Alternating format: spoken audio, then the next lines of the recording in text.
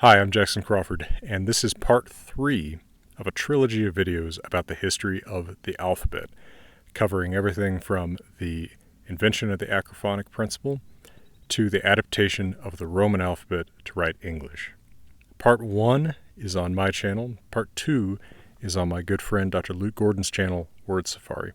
So check those out. There's links in the cards, in the video description, and the end screens.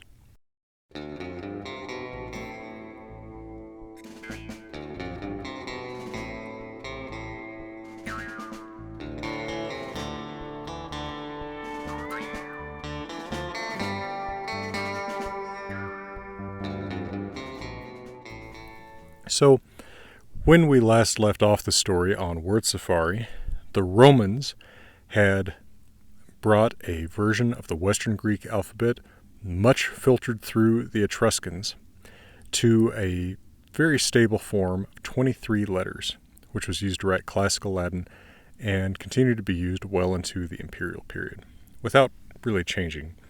There's different fonts, if you will. Our own capital letters come from the old Roman square capitals.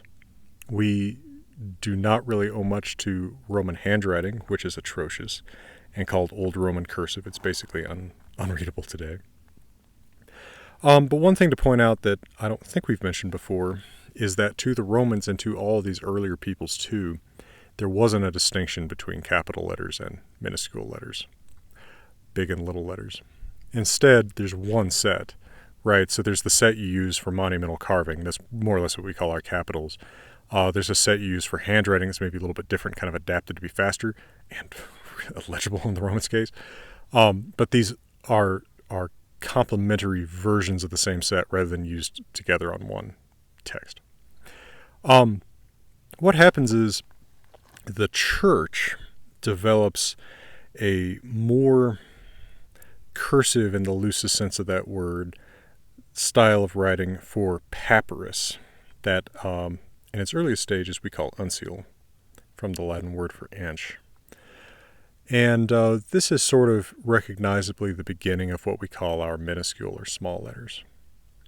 Now, in the early Middle Ages, this begins to be adapted in various different places. You get a Merovingian version in France, you get an insular version in Ireland, and that's adapted in England. But most influentially, a form of the uncial or half-uncial script is adapted at the court of King Charlemagne into what is called Carolingian minuscule, which is very recognizably the origins of our small letters. So medieval manuscripts will be written in just what we would call small letters, with occasionally the capitals used as decoration or to mark the beginning of an important section or something like that. Very rarely to mark a name. Capitalization is extremely inconsistent in all medieval writing. It's absent in ancient writing because, again, there's no distinction. The capitals and the small letters are not even used together. In ancient writing, I mean, what I tell my students when I'm teaching Greek and Latin or just talking about this is that they had caps lock on. Yeah. They didn't really have what we would call lowercase, which is why ancient inscriptions look like it's all just they're yelling at you, but it's not. It's not caps lock. They don't know that they're yelling at you. That's right. Actually just all they had was what we would call capitals today. They just didn't have this distinction. Right, and then in medieval writing it's the opposite, because in fact the small letters are originally adaptations of the so-called capitals to be written faster. Right. And arguably read faster. Mm-hmm. All right, so Carolingian minuscule is recognizably the origin of our small letters today, and recognizably the origin of my own handwriting today. That's another story. One thing, though, that had not quite coalesced by the time of, say, Charlemagne, is the distinction between I and J on the one hand, and U and V and W on the other. So the Romans wrote the vowel E and the semi-vowel Y as one letter, the letter we recognize as I. They did not distinguish between the consonant and vowel. And the same with the vowel U and the consonant W. Now, this is not so strange because in a sense, those semi-vowels, Y and W, are more or less fast versions of an E or U vowel. Think about making a kind of stereotyped Dracula voice and saying we don't drink water. All right, you can kind of hear it. Now, in some ancient languages, however, this distinction was made. Right, so for example, in Greek alphabets that had digamma, you did distinguish between the vowel u, upsilon, and the consonant wa, which was digamma. And runes, the alphabet that was in use in Northern Europe for writing ancient Germanic languages, such as, well, late Proto-Germanic, Proto-English, Proto-Norse, did distinguish u from wa and e from ya. So presumably the inspiration for that is not coming from the Romans, who did not consider that distinction worth making. But in the medieval period, the rounded version of a V and the long-tailed version of an I emerged, but they were not necessarily consistently used to indicate consonant versus vowel. So sometimes you would just use, the tailed version, what we'd call a J, if it was at the beginning of a word or at the end of a word, or if you had two together, then you'd write one as the short version and one as the tailed version. They didn't have a consistent idea. But basically, J is invented as just a aesthetic, a stylized I. Yeah, right. Really It's not even necessarily originally invented to be a consonant.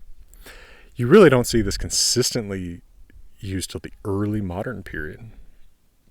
It's 1600s, 1700s before U is consistently distinguished from V and I from J. And then W is an even bigger, thornier issue in a sense, because in classical Latin, the consonant value of the letter V is wa. Now, somewhere, maybe you have a better idea of this than I do, that wa in Latin becomes a v. Yeah, so this is in the this is happening in the late imperial period, or at least that's when this evolution is starting to happen in some dialects of what we might call early Romance, the dialects of spoken Latin that are going to evolve into the Romance languages, Spanish, French, Italian. Of course, in all of these languages, the w sound in classical Latin has evolved into a v sound, and they used that letter V that used to be the w sound in classical Latin for the v sound, or something similar in the Romance languages. So yeah, by the time of the dissolution of the Roman Empire, this process seems to have pretty much played itself out, where the spoken Latin that is being spoken in what we would today call Spain, France, Italy, has evolved the w into a v. They haven't changed the letter, they haven't changed the spelling of the words, and so essentially what has happened is that letter that used to be w is now v.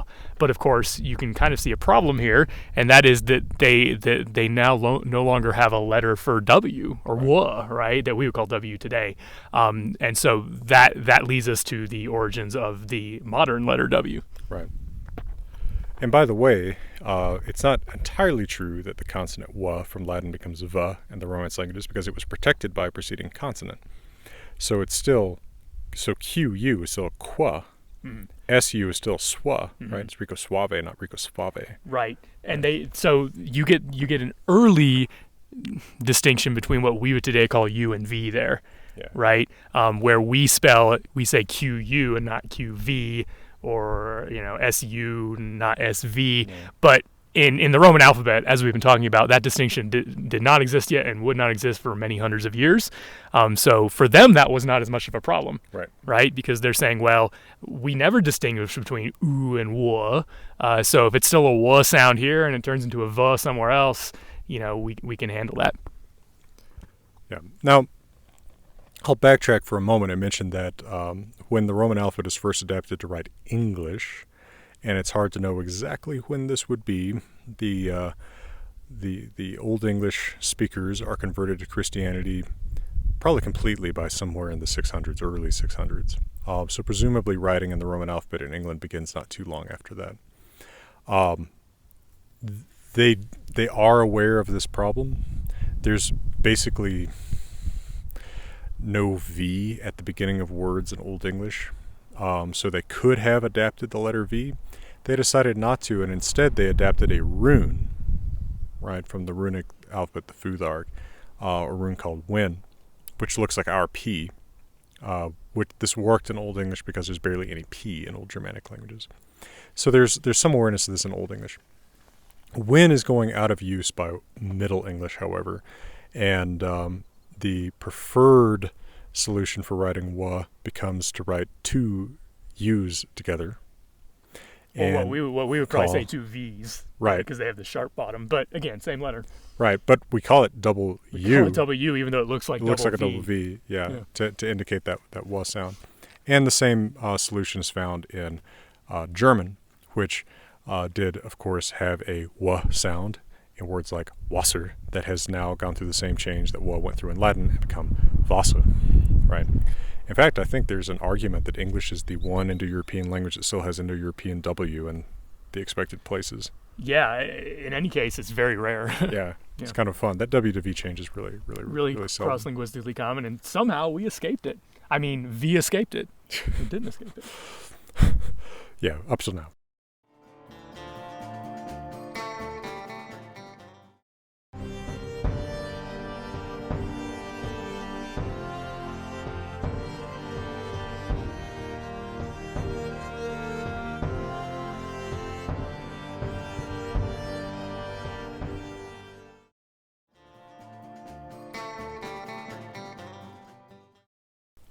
So we have, it's really just these finishing touches, right?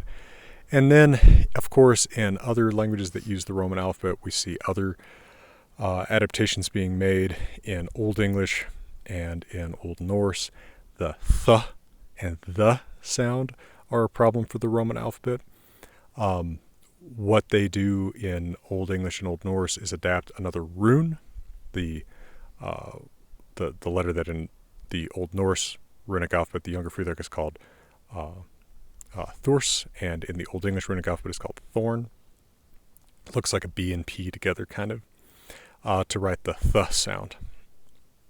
Now, another competing alternative for writing the quote-unquote TH sounds, the interdental fricatives, is to write a slash through a letter D, right? So that duh is made at the same place, the alveolar ridge, the general dental region, as the sound, but the sound is a fricative where the duh is a stop, so you just indicate that it's kind of the same, but you put a slash through it to show that it's not quite the same.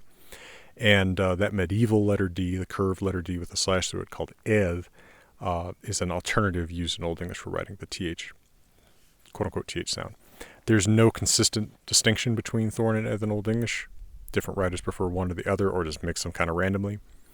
In Old Norse, initially they just used Thorn in the Roman alphabet, but later, beginning in the 1200s, begin to use Thorn for just the voiceless sound, the thin sound, and eth for just the voiced sound, the then sound. And of course, that's the values we usually associate with them today, because that's how they're used in the only language today that still uses those letters, Icelandic. But there's one little trace of that Thorn letter in English when you see ye old shop. It's not really ye old shop. There was never a word ye that meant thee in English. That's thee written with a thorn that someone didn't understand was a thorn, right? It ends up looking a little bit like a Y in some late Middle English writing. And so you end up with writers into the really early 1800s, including Thomas Jefferson, who writes some old thorns as Ys, right? They don't know why they're writing it as a Y, presumably, but it's actually an adaptation of that Thorn letter. Yeah. So I just wanted to point out that we're sort of looking at two different ways of dealing with how to represent sounds in your language that are not indicated by the sounds that are coming from the alphabet of the language whose alphabet you're adapting. So on the one hand, what we've been seeing for most of this three-part episode, or rather, three-part series, is that, most cultures have been okay with just inventing new letters or adapting old letters, as we saw with the Greeks from the Phoenicians, and putting them in the alphabet or putting them in the same place in the alphabet. And we see that to some extent with the transition from the Roman alphabet to the Germanic alphabets, like our modern English alphabet, and the letter W is a good example of that, right? However, we see a second mode of adaptation in English, especially today, and that is that for a lot of these sounds that we have in modern English that Latin, Greek, and well, at least Latin didn't have, and Greek and Phoenician may not have had at that point at least, sounds like th and the that we were just talking about. The older way of dealing with this would have been to invent a new letter and put it in the alphabet, maybe at the end of the alphabet, right? Like thorn, like you were just saying, or eth. But in modern English, we seem to have moved away from that, and we have instead taken letters that already existed, like T and H, and put them together in novel ways that they would have never been used as before. The Romans would have never had T, H in a row and thought that was the.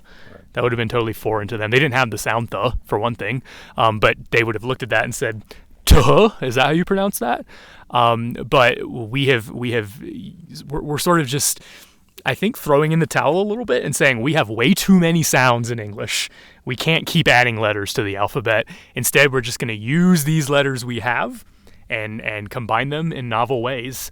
And you just have to know when you're learning English that TH can be th or the, which is actually not very helpful because it's two different sounds, although most people don't think about that. And of course, this bedevils learners of English to this day that they have to remember all these special rules about the and th sometimes may be tuh, especially if there's a morpheme boundary there in a compound. Arthouse, right? You don't say arthouse or arthouse. You say arthouse, but you have to know English to know that. If you don't speak English, you would look at the word arthouse and not know that. So we have adapted to the realities of speaking a language that has a lot of phonemes, and especially vowel phonemes. Let's not even get started on the vowels. We claim to have 5 or maybe at most 6 vowels in English, but we have a lot more than that. And the Romans would have said, you guys need to make up more vowel letters. Yeah. But we are not doing that. We're just putting into service the same 5, 5.5, 6, however you count Y, that we have, and it makes the writing system fairly complex to learn. Yeah, and I'm not going to get into our 20-something vowel phonemes, yes. right? But just looking at our consonant phonemes, there's a lot of places we could have added other letters. Ch doesn't have to be ch, right? It seems like often when we've had it's not just English, but other languages firmly within the Roman Catholic orbit in the Middle Ages that are Latinate. You know, the religious language was Latin, and the alphabet brought from the church was the Roman alphabet. There's this reluctance to add letters, at least after the early medieval period. And so we seem to sort of take, okay, well, like this sequence of 2 letters is going to have a weird sound, and you just have to know that. So CH, right, for ch, SH for sh, right, which it's not sh, right? Sh isn't made by making an S and then an H. It's not a sequence. You have to learn that actually those 2 together are almost like a compound letter. And then it gets worse with something like ch, right? Where if it's borrowed from Greek, you have to know that's a k sound, right? And if it's borrowed from French, you have to know it's a sh sound. Yeah. So there's literally 3 different ways you can pronounce ch, which, as I tell people, I'm glad I didn't have to learn English as a second language or, as a writing system later in life or anything. Well, and this is what makes the English alphabet very difficult, is that we have all of these different strata, right? Yeah. Yeah, so, I mean, PH is a good example of that too, right? Pretty much that's anywhere that you have a word from Greek that had a phi, we're for some reason not willing to rewrite that as an F. Right. Whereas a language like Spanish that takes over these Greek words like philosophy, filosofia, just says it's an F. We're spelling it with an F. Right. Well, English and French are not going to be that. No. That barbaric. Yeah, we would never modernize things like that. No.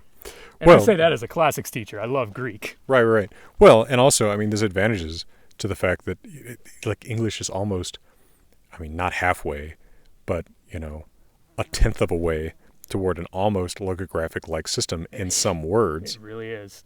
Right? I mean, but that also means that you can read much older printed English, right? Presumably the Founding Fathers didn't sound that much like us. Yep. There's good reasons to think they didn't sound that much like us. Shakespeare certainly didn't. But we can read their writing fairly well because they're not writing phonetically. All right, they're writing in the way they spell words has the same recognized basis as the way we spell words, which is chaotic, but at least consistent. And that's chaotic with a CH. Right. It's not chaotic. It's not chaotic or chaotic or whatever. Chaotic. Definitely not that either. Yeah, so there's definitely problems here. But those problems, such as they are also fascinating historical lessons because often it's the inconsistencies and the weird things in a language or in a writing system that point to its history. Mm-hmm. My favorite example is still the fact that we have this letter Q that is it's an appendix to our alphabet, right? It does not need to be there. We could much more happily have a letter to stand for, ch or th or something like We could that. have used that space better. Yes, absolutely. If we were restricted to 26, we didn't need that damn thing. No. Or C and K. Yeah. Yeah. We could simplify that so easily. Yeah. But it's all historical accidents. Mm-hmm. And it's a great reminder that human history and the history of our languages and writing is not the process of logic taking its triumphant stride across the centuries. It is the process of people kind of adapting something from somewhere else and saying, yeah, that's good enough. Absolutely. Well, I think that's a pretty good place to end this. How about you? I think so. I think we covered all of the bases. All right. Well, I hope that was good enough for you too. And for beautiful Colorado, we'll be wishing you all the best.